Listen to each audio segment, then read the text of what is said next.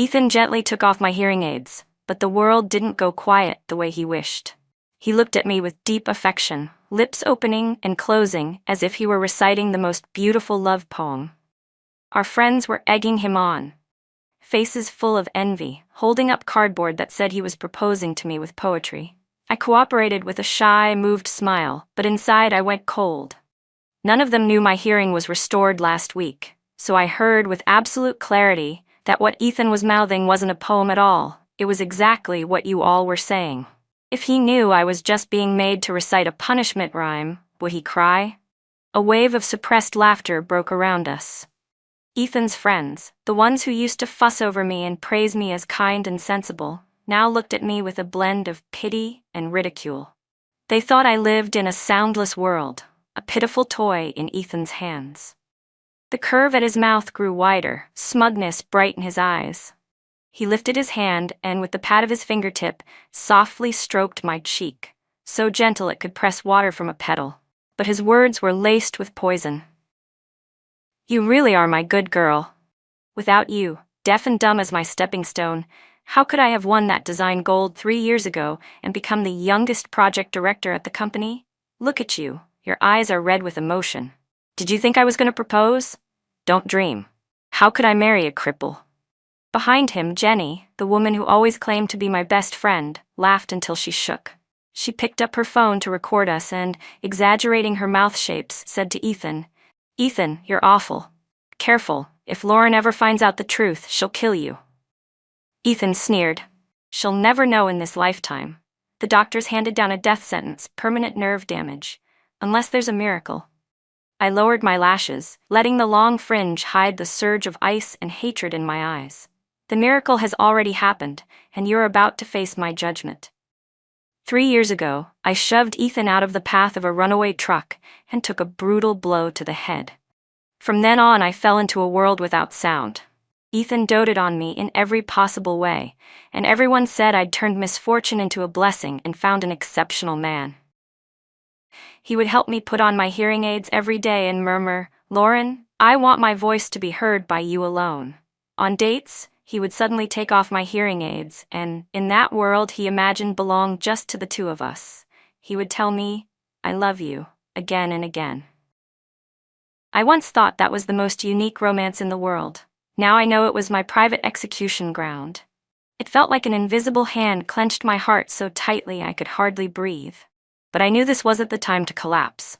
I lifted my head to meet Ethan's soulful gaze and forced out the happiest, most moved smile I could. I raised my hand and, on my writing board, replied, "What are you saying? It's too loud. I can't hear clearly." It was the excuse I used most often over the past 3 years. Ethan's smile became even gentler. He took my hand and, stroke by stroke in my palm, wrote, "I'm saying I love you. Will you marry me?" The crowd's teasing swelled. I looked at him, let a perfectly timed tear slip down, and nodded. Amid thunderous cheers, I picked up my phone, typed out a text at lightning speed, and sent it to my lawyer. Then, in front of everyone, I gave Ethan a long, deep hug, and by his ear. In a voice only the two of us could hear, I said clearly and calmly, "Ethan, 3 years ago I could save you. 3 years later, I can also destroy you with my own hands." His body went rigid. I let him go and, under his terrified, bewildered stare, picked up the glass of red wine on the table and slowly poured it over his head. "Ah!" Jenny was the first to scream, fumbling to wipe the wine from Ethan's face. The room went silent in an instant, everyone stunned by the sudden scene. I set the empty glass down hard. It rang with a crisp clink. Then I removed the hearing aid I'd been wearing as a disguise and dropped it into the glass. "Sorry, I forgot to tell everyone. My hearing was healed last week. I heard every single word you just said." The private room turned deathly quiet. On every face, the schadenfreude of a second ago froze and twisted into a look like they'd just seen a ghost. Especially Ethan. The color drained from his face at a speed you could see with the naked eye. His lips trembled. He couldn't get a word out. Jenny stopped bothering to wipe herself off, pointed at me, and shrilled, "Lauren Lynn, you're lying. You have to be faking it." "Am I faking it? Don't you already know the answer?" I let out a cold laugh, took my eyes off her, and finally fixed them back on Ethan. "Why don't you keep reciting the multiplication table? Weren't you fluent just now? 3 times 7 is 21. 3 times 8 is International Women's Day. I deliberately said one wrong and watched his face shift from ashen to iron blue. He finally found his voice, dry and rasping like sandpaper. Lauren, let me explain. This is a misunderstanding. They were just playing a joke with me. A joke? I arched a brow. Taking my disability and our 3 years together as a joke? Ethan, how creative. I turned to those so-called friends. Your jokes are hilarious too. I've taken note of every single one. From now on, my life doesn't need clowns like you making cameos. With that, I didn't spare them another glance and turned to leave. Behind me came Ethan's panicked footsteps. He grabbed my wrist. Lauren, don't go. Listen to me. My voice held no warmth. I won't, Lauren. I love you. I did all this because I love you too much. I was afraid of losing you. My phone rang before he could finish. I glanced down. It was the designated driver I'd ordered. I hit speaker. A clear male voice came through. Hello, Miss Lynn. Your designated driver is waiting at the entrance of the Majestic Grill. Okay, I'll be right out. I hung up, shook off Ethan's hand, and said, Hear that? Someone's waiting for me. And you're nobody to me anymore. Ethan completely panicked, clutching me in a near plea. Lauren, I was wrong. I really was wrong. Please forgive me this once, okay? We're about to get married. His voice was so loud the other diners turned to look. He tried to shackle me with public opinion and moral pressure. Unfortunately for him, I'm no longer the Lauren Lynn from 3 years ago who would lose her head for love. I looked at him calmly and then, in front of everyone, I raised my hand and gave him a sharp, ringing slap. Crack. Ethan reeled, stunned. I rubbed my tingling palm and said coldly, That slap is for the fool I was 3 years ago. Ethan, whatever, we had ended the moment you started treating me like a performing monkey. I shoved him aside and strode out of the restaurant. Once I was in the car, I called my older brother. The second the call connected, my tears burst free. All the resentment, rage, and heartbreak I'd been bottling up erupted at once. On the other end, my brother was frantic, firing off rapid texts alongside his voice. Lauren, what happened? Don't cry. Was it that jerk Ethan? Choking up, I told him everything. There was a long silence, then he came back, thrilled. Holy crap, sis, you can hear again. Wait right there. I'll go trash his place. No need. I wiped my tears and steadied my voice. Smashing his place is too cheap. I want him ruined. Then we'll start by pulling funding, my brother said at once. Good, do it. His voice carried banked fury and a thread of excitement. Pulling out is just an appetizer. Lauren, what else do you want to do? I'll back you all the way. Watching the lights streak backward outside the window, I said, cool and hard. First, I'll compile every transfer record from the startup funds I once sent him, plus the IOUs he wrote at the time. And the design he submitted to win that gold award. The original concept was mine. I'll bring out my original sketches in every digital iteration. Time to let the sun hit them. 3 years ago, Ethan set his sights on an international young designers competition, but had no experience or portfolio. Soothed by his sweet talk, I handed over the design I'd poured my heart into, Starry Sky. After I went deaf, he even used helping me organize files as an excuse to scrub every related document from my computer, thinking the evidence was gone for good. What he didn't know is that I back up all important files to the cloud and send a copy to my brother. Been waiting for you to say the word, my brother Ryan replied immediately. We'll see how steady that youngest project director, chair of his really is. Second, I went on, my phone was recording the whole time in that private room. I want you to have someone cut together every line he used to humiliate me. At the same time, investigate his whereabouts these past years and any cheating records. Then we release it all at once, buy a trending spot, and sever his social circle and career in one stroke. There was a beat of silence, and then Ryan burst out laughing, delighted. Beautifully done. My baby sister finally gets it. Savage. But this might affect your dating life down the line, he added, wavering. I don't care, I said. We'll deal with the future later. I corrected him gently, my fingertip tracing the cold window. For now, help me return the favor. Back home, I soaked in a hot bath, rinsing away the exhaustion and that sickly reek of red wine. When I came out, my phone was jammed with missed calls and texts, everyone from Ethan and his little crowd. His messages slid from apologies and explanations to accusing me of making a fuss and not trusting him, and finally even carried a hint of threat. He said if I ruined the engagement party and made both families lose face, I'd have to bear the consequences. Jenny's texts were as fake sweet as ever. "Lauren, you misunderstood. We were just joking. Why take it so seriously? Ethan loves you so much. What you did really hurt him. Come back and apologize, okay? We're all still friends." I snorted and blocked all their numbers in one go, then messaged my brother to make sure that when he moved, he included that green tea act Jenny in the cleanup. I was beyond disgusted with her. The next day, I went straight to Ethan's company. The front desk receptionist recognized me. Before, whenever I showed up, she'd look at me with open envy and say, "Director Ethan's girlfriend is here again, so in love." Today, her gaze flickered and her tone turned awkward. "Miss Lynn, Director Ethan is in a meeting." I gave her a small smile and walked directly toward his office. "It's fine, I'll wait." Ignoring her attempts to stop me, I pushed open the director's door. Inside, Ethan was lounging with his legs crossed on a video call with Jenny, not looking the least bit like he was in a meeting. The moment he saw me, he jolted so hard he nearly fell out of his chair and fumbled to end the call. Lauren, what are you doing here?" He tried to act calm, but panic leaked through his eyes. I took in the bright, spacious office. On the wall hung a framed copy of the certificate for the gold prize he'd won with Starry Sky.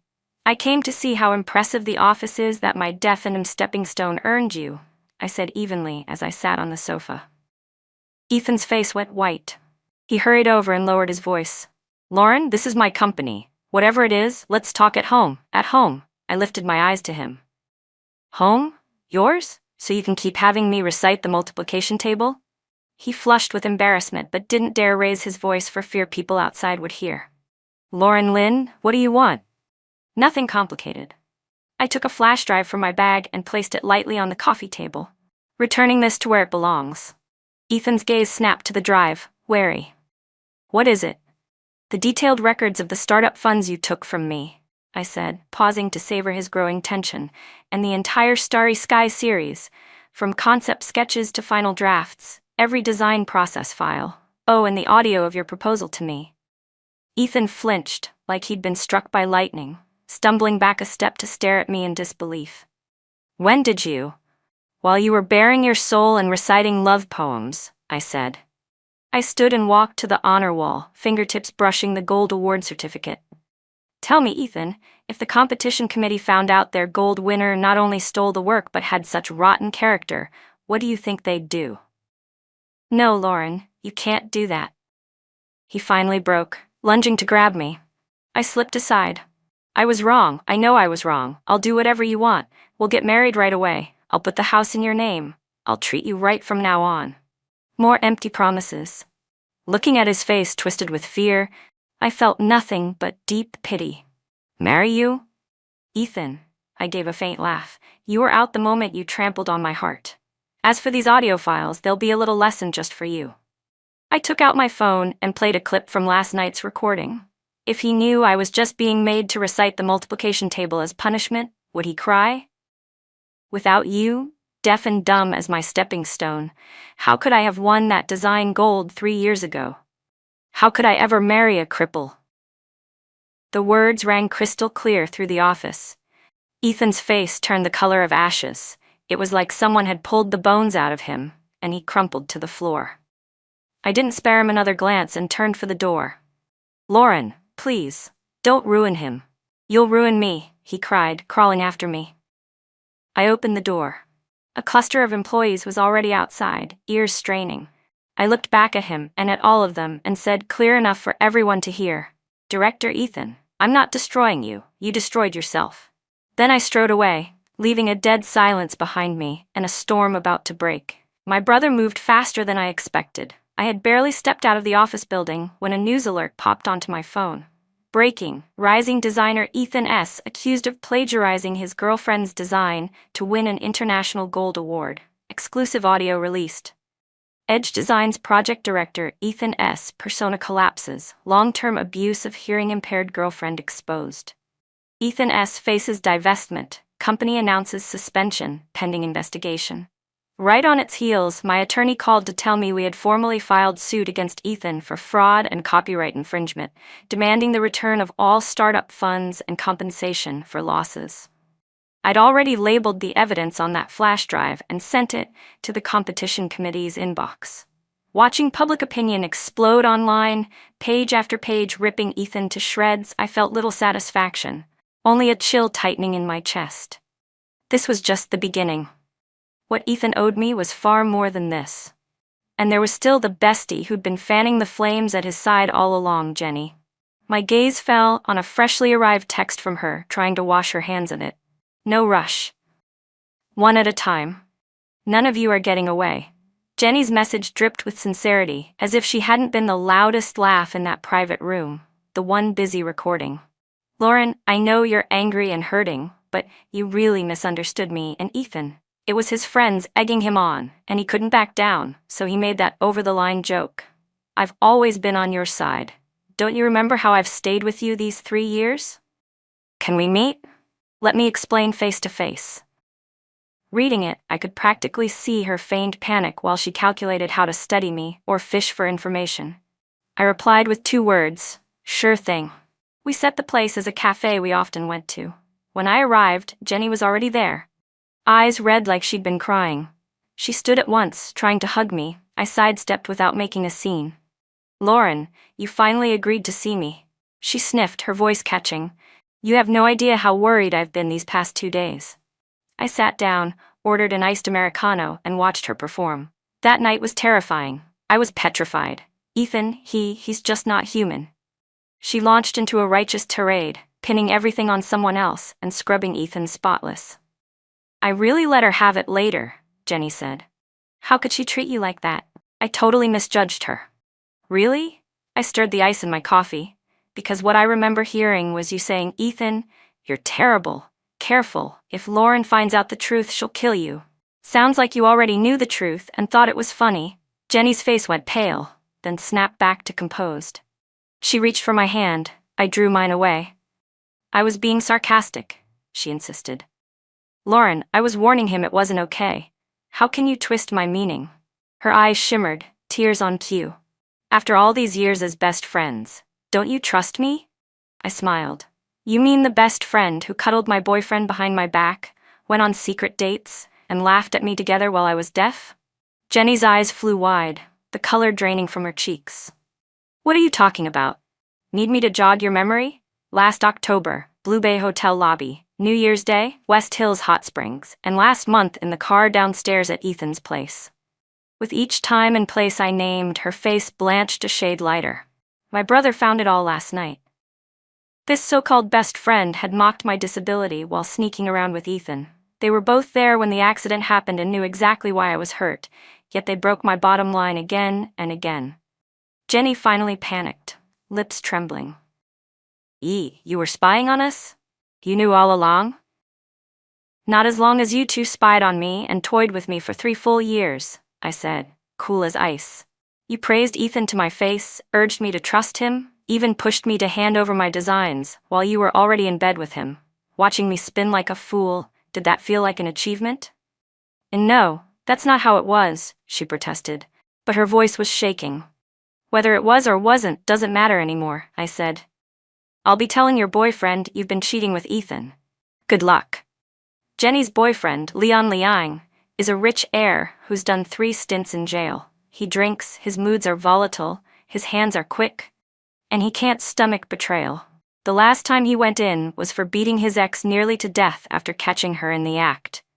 Jenny went chalk white, trembling all over. She grabbed at my hand, begging, no, please don't ruin me. I'll stay out of whatever's between you and Ethan. Just don't tell Leon. I pulled my hand back and looked at her coldly. Funny you didn't think of Leon when your belt was coming off. Don't, Lauren, don't, she shrieked, drawing stares from nearby tables. Realizing she was making a scene, she dropped her voice to a desperate whisper. Please, I'm begging you. I know I was wrong. Ethan forced me. He came on to me first. I can't lose my boyfriend. I can't lose my job. Please. That's your problem, I said. Nothing to do with me. I peeled her fingers off me one by one. Watching her cower like a startled rabbit, I offered a kindly reminder. If you're afraid he'll hit you, then break up with him. Jenny shook her head on instinct. No, no way. My parents took a lot of his money. They already used it to buy my brother a new apartment. We can't pay that back. Then that's your fate, I said without a shred of sympathy. Everyone answers for what they do. You took his money and got engaged to him, then cheated with my boyfriend. If Leon beats you to death, he'll pay for it with his life. If he doesn't kill you, you'll be disabled. Either outcome is pretty satisfying. I didn't look at her ash-gray, hopeless face again. I grabbed my bag and left. I had just stepped out of the cafe when my phone buzzed. It was my brother. Hey, how'd it go? What did that homewrecker do? Ryan's voice was openly disgusted and urgent. I opened the car door and got in, keeping my tone even. She's probably figuring out how to beg Leon for mercy or how to pack up and run. Run? Think she can? Ryan gave a cold laugh. I've already leaked a little to Leon. He's scouring the city for Jenny. That punk is no soft touch. My hand paused on the seatbelt. Ryan, don't let this turn into a death on our hands. Relax, I know the line, he said, steady. At most, she'll get a full taste of the bitter fruit she sowed. Oh, and there's news on Ethan. He's been formally suspended by the company. The competition committee sent an initial inquiry too. He just called me like a rabid dog, threatening to take you down with him. Take me down with him? I snorted. He wishes. I've got people watching him, Ryan said. You be careful too. Don't go out alone if you can help it. Losers who can't accept losing, who knows what disgusting thing they'll try. Got it. I hung up and drew a long breath. My brother's methods are always direct and a little ruthless, but effective. Over the next few days, the storm only built. Ethan's plagiarism and his abuse of a hearing-impaired girlfriend kept boiling over, topping trending lists across every social platform. People wanted his head. Former partners rushed to terminate contracts. Demand letters for damages flew to his address like snow. Jenny didn't escape either. After Leon received the hard proof my brother mailed anonymously, he marched to her office, dragged her out in front of all her coworkers, and humiliated her viciously. Word was, he laid hands on her. The scene was ugly. Jenny lost her job and every scrap of dignity. I heard she ended up in the hospital. Her family was in chaos. The Leons forced them to return the engagement money, and her leech of a brother and her parents acted like they wished she'd never been born. I followed the news with a cool eye, feeling little ripple inside. You reap what you sow, nothing more than the wheel turning. I moved back into the condo I'd bought before the engagement and started contacting medical centers abroad to resume the hearing rehabilitation I'd paused for 3 years. With sound in my world again, I needed time to adapt and to cherish it. That afternoon, I was sorting old things at home when the doorbell rang. Through the peephole, I saw someone I never expected. Ethan's mother. The auntie who used to hold my hand and swear she treated me like her own daughter. She looked much more haggard, eyes sunken, the carefully maintained elegance gone. I hesitated for a moment. I still opened the door. Lauren, Ethan's mother, burst into tears the moment she saw me and moved to kneel. Please, I'm begging you, please spare Ethan. He knows he was wrong, he really does. Give him one more chance, he can't be ruined like this. I stepped aside to avoid her kneeling, steadied her by the arm, but made no move to let her in. Ma'am, please stand up. This isn't something that can be solved by pleading. It can, she insisted, clamping onto my arm like a drowning person grabbing the last straw. Just tell the police it was all a misunderstanding. You were angry and misspoke. Tell the competition committee you gave him the design willingly. Please, Lauren, for the sake of how well I treated you before, for the sake of Ethan being confused just for a moment. I looked at her anxious, desperate face and felt only cold. Confused for a moment? He stayed confused for 3 whole years, I said, slowly pulling my hand free. Everything he did to hurt me isn't something you can cover with one word. Confused. He was bewitched, she blurted. That Jenny, yes, that little vixen seduced him. She shoved all the blame outward in a rush. Ethan has you in his heart. He just took a wrong turn. Lauren, after so many years together, do you really feel nothing at all? Nothing, I answered, firm as steel. The relationship is over. I'm just here to collect what's owed. Her face went ashen. The pleading in her eyes curdled into spite. Lauren Lynn, must you be so ruthless? Drive him to a dead end. What good does that do you? Can't you just show mercy? And what good would mercy do me? Go back to playing the saint so your whole family can keep bleeding me dry? I closed the door, shutting out her hysterical sobbing curses and hexes. Leaning against the cold panel, I let out a slow breath and called building security to have her escorted away. The phone rang again, my attorney. Miss Lynn, Mr. Ethan's side is seeking a settlement. They're willing to return all funds with additional compensation if you'll withdraw the suit. What is your decision? I looked out the window at the sunset washing half the sky red. Tell them I don't accept a settlement, I said clearly. I want justice. My lawyer moved quickly, and my stance left no room to maneuver. Ethan's settlement request was formally rejected, and the litigation continued. At the same time, the competition committee released its findings. The evidence was ironclad. Ethan's gold award was officially revoked. The wording of the announcement was severe, nailing him to the design world's pillar of shame. He not only had to return the prize money and trophy, but also faced an integrity claim from the committee. When a wall falls, everyone pushes. The higher they'd lifted him before, the harder they stomped now. Exposés flooded the internet. Copying homework in college, stealing credit and shifting blame at work. Every rotten deed dragged into the light. Some even alleged his private life was a mess, with more than just Jenny involved. And of course, my brother, never one to waste a good spectacle, had his hand on a few of those levers. Ethan's company issued a statement distancing itself from him, and due to his personal conduct, demanded massive damages for the severe impact his conduct had on the company's reputation. That glittering director's title and the elite persona he'd so carefully crafted went up in smoke. The people my brother stationed to keep tabs on him reported that Ethan was nearly unhinged, drinking all day at home, smashing things, and cursing. When he did go out, he was unshaven, eyes muddy, like a vagrant. He once tried to wait for me downstairs at my building, but the property manager and a passing security guard talked him off. He also called my brother countless times, starting with threats and intimidation, then dissolving into sobs, and finally sinking into hopeless ranting. Ryan simply changed his number and couldn't be bothered. As for Jenny, Leon was no pushover. He not only recovered all the engagement money, he also sued Jenny and her grasping family for deceiving him and breaking the engagement, demanding compensation for emotional distress and assorted costs.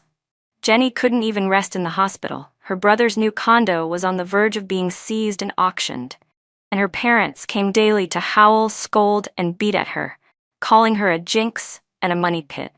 The Leon family publicly warned that once she was discharged, it wouldn't be over. Her future was already booked for a long, bloody storm. I listened to the updates with perfect calm, barely a ripple inside, almost a laugh. It wasn't me that ruined them.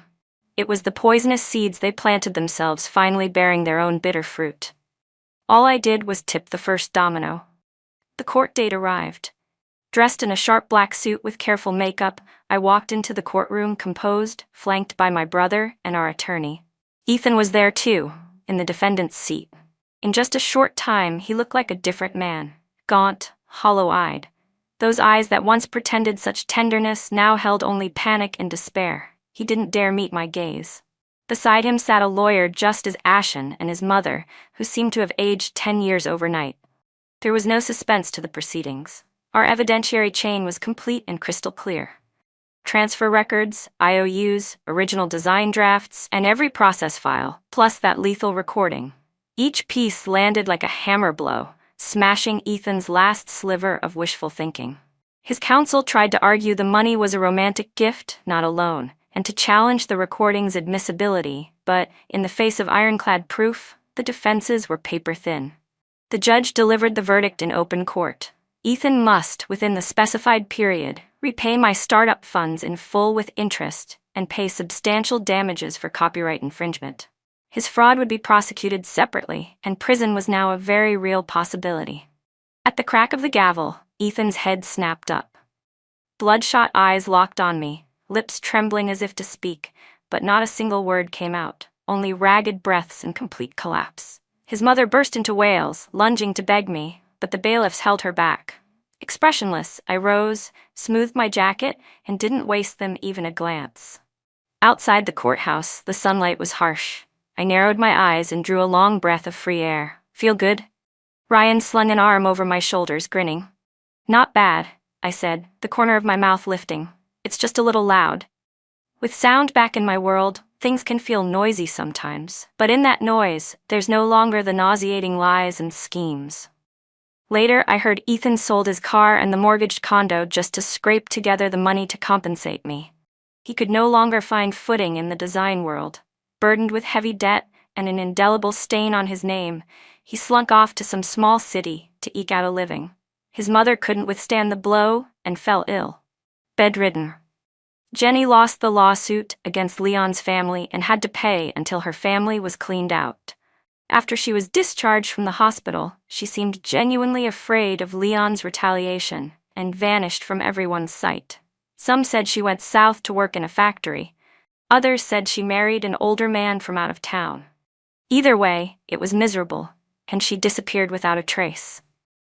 As for those friends who whooped it up in that private room, more or less all of them, whether because they chose Ethan's side or because of their own dirty laundry, were tidied up by Ryan along the way and gradually got pushed to the margins of the circle. My life finally became completely quiet. I unfollowed everyone connected to that past and threw away everything that had to do with it. I began systematic hearing rehab training, relearning how to tell apart and adapt to all the beautiful and noisy sounds of this world. Ryan introduced me to several top designers in the field. My talent and what I'd been through earned their respect and opportunities. I started creating again under my own name, Lauren Lynn. My new series was called Rebirth. On the day of the debut, the seats were packed. The lights focused on me. I listened to the thunderous applause, clear and real. In that moment, I knew the old Lauren, the deaf and dumb girl everyone deceived, was gone for good. The woman standing here is someone who hears every sound, including lies and sincerity, and knows how to speak for herself. Maybe the world isn't as quiet as when he used to pluck out my hearing aids, but it has never been as clear and resonant as it is now, and it belongs entirely to me. I lifted my chin slightly and welcomed the true voice that belongs to me.